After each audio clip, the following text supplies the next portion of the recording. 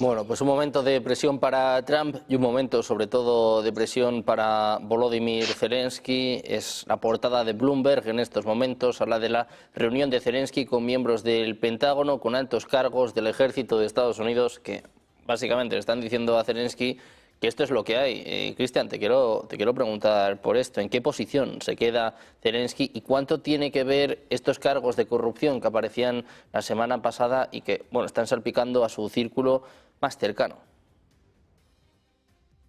Evidentemente acá yo creo que, como ya hemos planteado en varias oportunidades en este mismo canal, Donald Trump estuvo todo el tiempo por la labor de conseguir una paz en este conflicto, como bien relataba Marcelo, ¿no? Esto es algo que le pide su base electoral, el MAGA, que está bastante inquieto con este tema y con el tema relacionado con Netanyahu e Israel. En este sentido, yo creo que tal vez estamos asistiendo, espero yo, a una instancia en la cual Trump pueda imponer su voluntad, pueda imponer su agenda frente a el globalismo, a los guerreristas, a la élite política europea, que es la única que mantiene con respirador artificial a ese cadáver que se llama Ucrania, desgraciadamente, ¿no?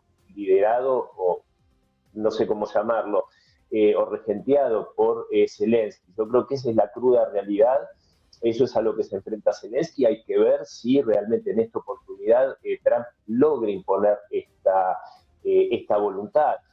Por otro lado, también el arribar a la paz, como mencionaba el colega Luis, se podría haber llegado sin duda a un grado de autonomía en las regiones, como bien mencionaba, algo similar a lo que sucede en España, y eso sucedió, o sea, eso se propuso, eso lo propuso Rusia, eso fue lo que estaba plasmado en los acuerdos de Minsk, que Ucrania violó sistemáticamente y que la misma Angela Merkel y François Hollande, garantes de ese acuerdo, de esos dos acuerdos, públicamente dijeron que todo había sido un ardid para ganar tiempo y que nunca habían pensado en respetarlo. O sea que los únicos que respetaron ese acuerdo fue justamente la Federación Rusa y la gente del Donbass, que tenía esperanza que justamente se suspendiese, ¿no?, esa carnicería que llevaba adelante el régimen de Kiev contra una población ucraniana, pero de habla y culturalmente rusa, del mismo modo que se ha perseguido, y esto denunciado por Víctor Orbán,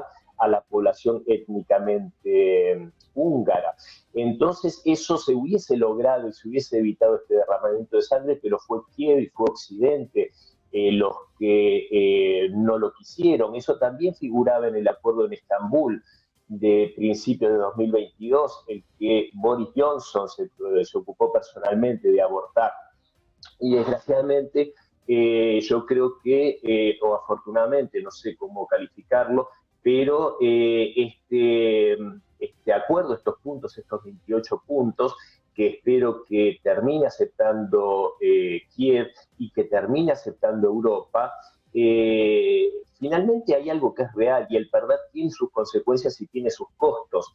Entonces, por supuesto, acá hay que tener claro que el régimen de Kiev, el régimen títere, como bien mencionaba Marcelo, perdió, Europa perdió, y de hecho también se mencionaba la finlandización. Yo creo que a Finlandia no le fue para nada mal con la neutralidad que llevó adelante hasta hace muy poco tiempo, del mismo modo que tampoco a Austria le ha ido mal. Entonces yo creo que en este sentido, eh, por mi parte por lo menos, yo creo que es muy valioso y hay que destacarlo, ya sea por su voluntad propia o su electorado, que realmente Donald Trump está demostrando estar por la labor de solucionar este tema. Creo que Rusia siempre lo estuvo, incluso hasta último momento, con la propuesta que hace en diciembre de 2021 de un acuerdo de seguridad para toda Europa, vinculante jurídicamente, el cual fue despreciado por la Casa Blanca de Biden. Entonces, bueno, en este sentido, esperemos que finalmente se le quite este respirador artificial a Zelensky y que pueda terminar esta guerra terrible, que es una guerra, también hay que decirlo, fratricida, porque el pueblo ruso y el pueblo ucraniano son dos pueblos hermanos. Bueno, pues pendientes de Rusia y de Ucrania, estábamos analizando, bueno, cuál es el papel, cuál va a ser el papel de Volodymyr Zelensky con Europa, que también decía, bueno, pues que Ucrania y la Unión Europea deben tener algo que decir. Luis, te quiero preguntar por esto, ¿qué papel va a jugar Zelensky y cómo le puede afectar en el caso de que termine aceptando este acuerdo? Pues jugará el papel que Donald Trump y Putin quieran que jueguen, ¿no? Lo estamos viendo, se están negociando, o aparentemente, porque tampoco tenemos confirmación oficial, aunque todos sabemos que sí, se están negociando unas condiciones que le serán impuestas a Ucrania y que le van a decir es un trágala, ¿no? Entonces, bueno, el papel que jugará Zelensky, que jugará Ucrania, que al final pues estamos hablando de la soberanía ucraniana, imaginemos que a cualquiera de nuestros países le imponen, primero es invadido y luego le desatan una guerra y además se ve obligado a aceptar una serie de condiciones que prácticamente le humillan, ¿no? Bueno, pues evidentemente cualquier líder político en su situación primero dará la batalla negociadora, la batalla diplomática y la batalla política.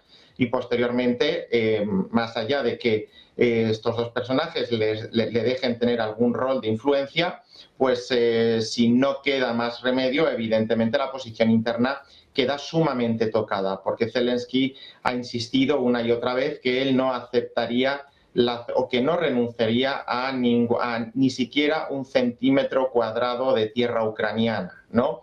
Y evidentemente verse en la tesitura de aceptar eso que él ha negado que siempre aceptaría, que nunca aceptaría, pues evidentemente deja una situación muy precaria y que, bueno, pues en ese caso lo que cabría esperar es una dimisión ipso facto. Es verdad que esa palabra pues a los políticos les da mucho miedo, ¿no? Lo de asumir responsabilidades, rendir cuentas y de una manera o de otra pues decir, bueno, yo dije una cosa, no la he mantenido porque no me ha sido posible o por cualquier otra circunstancia, hasta aquí he llegado, ¿no? Y a partir de ahí pues abriría una nueva presidencia que habría que ver también qué persona lidera la reconstrucción de Ucrania, qué persona es la encargada de llevar a cabo la implementación sobre la práctica de ese plan de paz y sobre todo de qué manera es capaz de reconstruir ya no solo materialmente el país, sino de manera también social. Evidentemente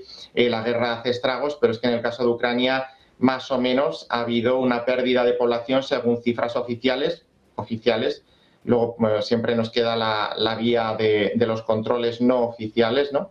Pero está hablando de una pérdida de 10 millones de población. Ucrania al inicio de la guerra tenía una población muy similar a la que tiene España, 47 millones de habitantes, a grosso modo, y ahora estaría en torno a 37 millones, ¿no? Es decir, no solo ha tenido bajas, sino que también ha habido en torno a 7 millones de desplazados a la Unión Europea, otros tantos, no en tanta cuantía, pero sí que se han producido flujos de migración hacia Rusia, es verdad, no todos entraron en la Unión Europea, también algunos se fueron hacia el otro lado, y además las migraciones internas, ¿no? Para intentar huir de las zonas más calientes y sobre todo tenemos un Estado que tiene que ser un Estado en una situación muy complicada que en la reconstrucción tiene que afrontar también en proporción una carga mucho mayor de gasto en pensiones, porque evidentemente los que se han ido pues son aquellos que mayoritariamente forman la fuerza laboral bruta. Una persona con movilidad reducida es mucho más difícil que se vaya, pero hay que seguir manteniéndola y seguir pues manteniendo esas prestaciones sociales que no solo son pensiones, sino también educación, sanidad y construir ese relevo general que ha dejado a la pirámide poblacional, a la pirámide demográfica sumamente tocada, ¿no? Ese es el mayor reto, más allá de la reconstrucción política, la reconstrucción material y económica, la reconstrucción sociodemográfica. Ese es el gran reto porque, bueno, podría salir de ahí una cosa muy diferente dependiendo de las oleadas que luego, bueno, se habla de los niños secuestrados en Rusia. Bueno, evidentemente son ciudadanos ucranianos y en algún momento vuelven, pues podrían contribuir a eso, a la reconstrucción, pero con un sesgo de carácter doctrinario en esa post-Ucrania, ¿no? Y más allá de todo eso, bueno, pues Zelensky quedaría en esa posición, pero yo no tendría en cuenta a Zelensky más una vez que se firme esa paz, si se firma en esas condiciones. Si Zelensky es capaz de resistir, podría presentar batalla política en las siguientes elecciones, ¿no? Pero si no es así, Zelensky políticamente y electoralmente, pues no sería ya nadie. Bueno, pues seguimos conociendo más detalles de este plan de paz redactado por Estados Unidos, un plan de paz que, como les decíamos esta mañana, ya ha aprobado Donald Trump. Les decíamos que estaba exigiendo, bueno, pues que Ucrania reduzca a la mitad su ejército, renuncie al Donbass, renuncie a la OTAN. Ojo, porque Bloomberg está diciendo ahora que también Ucrania tendría que aceptar un acuerdo que levante las sanciones contra Rusia. Lo está diciendo ahora mismo la agencia Bloomberg. Tendrían que levantar las sanciones contra Rusia y también exige que Ucrania detenga las investigaciones de crímenes de guerra sobre las acciones rusas. Más detalles de este plan de paz que, bueno, pone desde luego en jaque a Ucrania. Marcelo, quiero saber qué opinas bueno, de esta última hora, estas condiciones para Ucrania y también un poco de lo que estábamos diciendo, ¿no?, del futuro de Zelensky.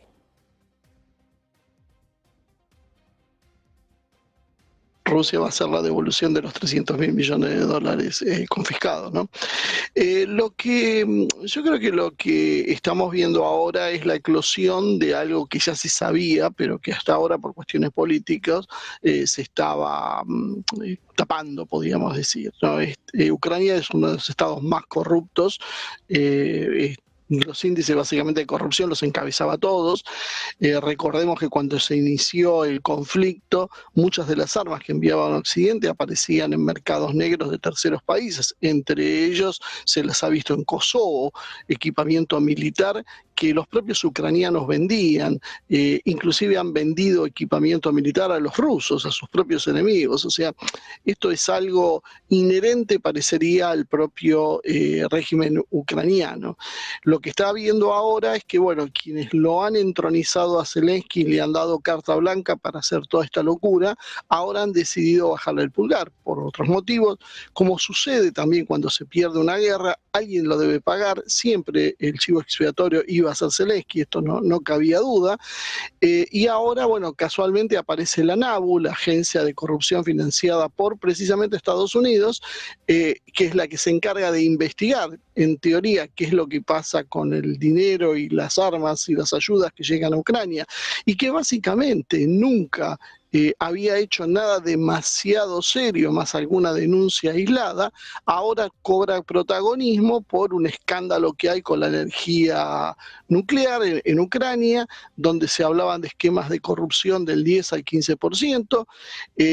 Allí el jefe es Timur Minlich, un asesor de Zelensky, que ahora ha huido a Israel, y que efectivamente esto lo confirman los mismos medios ucranianos e inclusive hasta medios insospechados como Reuters, Le Monde o The Guardian. Lo que esto ya significó fue la caída de dos ministros, el ministro de Justicia y la ministra de Energía, y se habla inclusive de que Yemak, el jefe de gabinete de Zelensky, también podía ser arrastrado y es la mano, podríamos decir, operadora de Zelensky en la política interna de Ucrania. Muchos sospechan que detrás de esto está Piotr Poroshenko, el anterior presidente. En definitiva, ¿qué nos dice todo esto? Lo que hay son luchas intestinas, algunos sectores de Occidente querían posicionar a la Zaluzhny como relevo. Bueno, evidentemente Poroshenko cree que es el momento de volver él. Veremos a alguno que también menciona a Klitschko como alguien que podía ser un aspirante a ocupar el recambio presidencial. Todo esto, en definitiva, muestra entonces esa fractura. Se está fracturando también el Partido Servidor del Pueblo, que es el partido de Zelensky, que ha acompañado a algunos diputados esta iniciativa, cosa que nunca habían hecho hasta la fecha. Todo en general entonces empieza a darnos la situación de un régimen que está en descomposición y que desde Estados Unidos, seguramente desde Washington, se ha decidido bajarle el pulgar porque evidentemente no está aceptando las reglas de juego que Donald Trump le viene proponiendo desde hace meses. De alguna manera hay una especie de advertencia, y esto creo que es la más seria a Zelensky, que bueno, el plan de paz se va a hacer como lo decidan Trump y Putin, y si no le gusta, bueno, vamos a ir viendo muchos escándalos de corrupción y seguramente significará la caída de Zelensky, es desgracia. Todo esto nos da como conclusión entonces que bueno, que evidentemente se está preparando un cambio profundo, que sobre todo Londres, quien ha impulsado a la Unión Europea a apoyar a Zelensky, se está viendo, parece impotente para esta vez poder detener el proceso de paz, como ya había sucedido con Boris Johnson en su momento.